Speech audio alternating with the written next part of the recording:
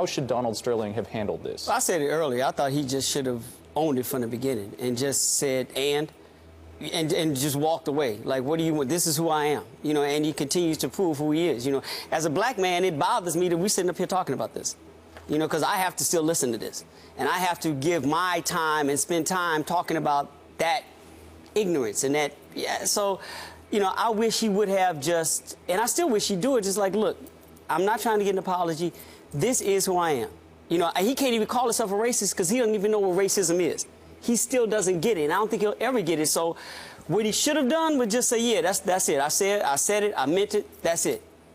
At least he would have owned it, you know, and I would have had some respect for that. Not necessarily for him, but for that. But since he didn't do it, you know, we have to sit up here and listen and give time and energy to this. Scoop, I want to be clear on that. You would have respect if he sat up there and just owned it? Yeah. Respect for the man? No, I did. I said not respect for him, respect for it. I was clear on that. Yeah. Okay, good. No. He's in denial. There's no doubt he's absolutely in denial. And he wanted to get some things off his chest. Like, he's torn between an apology and what he really believes and what he really wants to say. And you see it sticking out as he gets deeper and deeper into thought. Right. And which makes you wonder his strategy and why he agreed to do this interview with Anderson Cooper in the first place.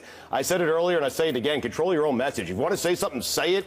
Issue it in a statement, and don't sit there with Anderson Cooper for an hour and let him box you into several different corners, which you did last night. It's well, it was almost like he called everybody together to validate his racism. That's what it felt like to me. Like, oh, you thought I was racist? Wait till you hear what I have to say about Magic. Then you'll really think. I mean, if you just, you know, what he said at one point about Magic when he said, you know, Jews, when they get successful, they will help their people. And some of the African Americans, maybe I'll get in trouble again, they don't want to help anybody. I mean, like, he obviously lacks awareness. There's also, he has these thoughts. They are now prevalent in more than one area. And I just feel like every time he speaks, he is digging deeper and deeper. And what he said about the media, I think there's something to that. Like, as equally scary to me as it is to have a man in power with the thoughts and beliefs as he is, it's scary to me how the mob mentality we get in the media, where we all collectively decide that an opportunity is here and we'll all fight for some cause in a moment that we don't really care about, but it's an opportunity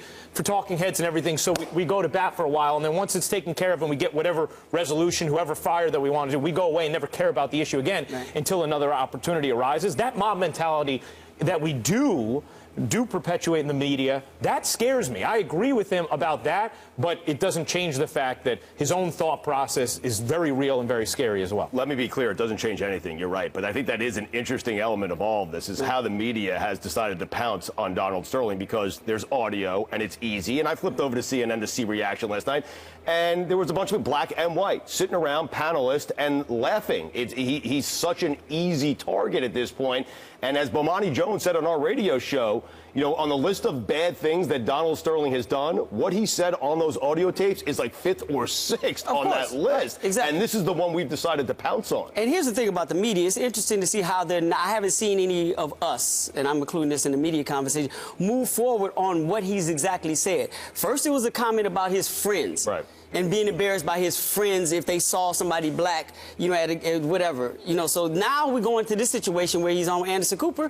Of course, has any of the media gone and started the legwork to find out who other owners he has talked to? Who has actually told him what he said he has been told, that they'll stand by his side? They may stand by his side right now, but they're not going to vote for him, I'm pretty sure. But if the media is doing its job and not just pouncing, we'll do our investigative work and find out, okay, what owners did he talk to? Who is, you know, in line with him? Who's agreeing with him? Right. And expose all of that. The one thing we can't do, and I kind of feel what you're saying about Donald Sterling is not the only one. He just happens to be the poster of this right now. Well, he's the one on tape. Right, he's the one on tape. But once again, if we read into what he's saying, friends, billionaires hang with billionaires, so I'm pretty sure when he said friends on the earlier tape that got exposed, he's talking about other possible owners, possible billionaires who are in the same position and have the same power that he does. Right now, he just said with Anderson Cooper, I've spoken to other owners. You know what I'm saying? He said that they're with him to a certain degree. Okay. Stop pouncing on Donald Sterling and let's do our media job and find out who these people are and expose everything. See, because if you were actually offended, if it actually mattered to you, that's exactly what you do. You would want to find those people and get them out. But the truth of the matter is 95% of us who talk about this really don't care that an old white man is racist. Right. We just see it as an opportunity to talk about an interesting talking point. Right. Now, there are a big faction of people who are deeply offended by what he said, and certainly for the league, they are very much invested in not having somebody like that associated with them owning one of their properties. But the vast majority of the people who get to speak about this, does it really affect you what Donald Sterling says or doesn't say, or offend you? I mean, for the most part, no, it doesn't. But from the media standpoint, the bigger story is who's going to follow and give the second part to what he said later. Right, somebody who really cares. That's what. But speaking of the things the media should look into, because I found this part of it fascinating, that right after those audio tapes were released, Donald Sterling says Magic Johnson called him not once, but called him twice. And I'd be interested. And they didn't really give too much as to what those conversations, what happened during those conversations. I'd be interested to know what happened during those conversations, because the first thing I thought is, why is Magic Johnson calling Donald Sterling? Right. It should be very similar to what Adam Silver did. He said, once I asked him a question, is this you on the tape? That's all I need to know. Right. And keep it moving. Magic should have been the exact same way, but let's see what happens. It's interesting now. What was that conversation, especially in light of what he just said about Magic? Right. If the NBA gets its way and does boot Sterling, is there any satisfaction there? From who? From you. Like, are you satisfied that Donald Sterling is no longer? I'm satisfied that the process did what it was supposed to do, and it stood to the side of what's right. You know, that this wasn't necessarily personal with Donald Sterling. It just did what the side was right. And the best thing the NBA is going to do is protect his brand.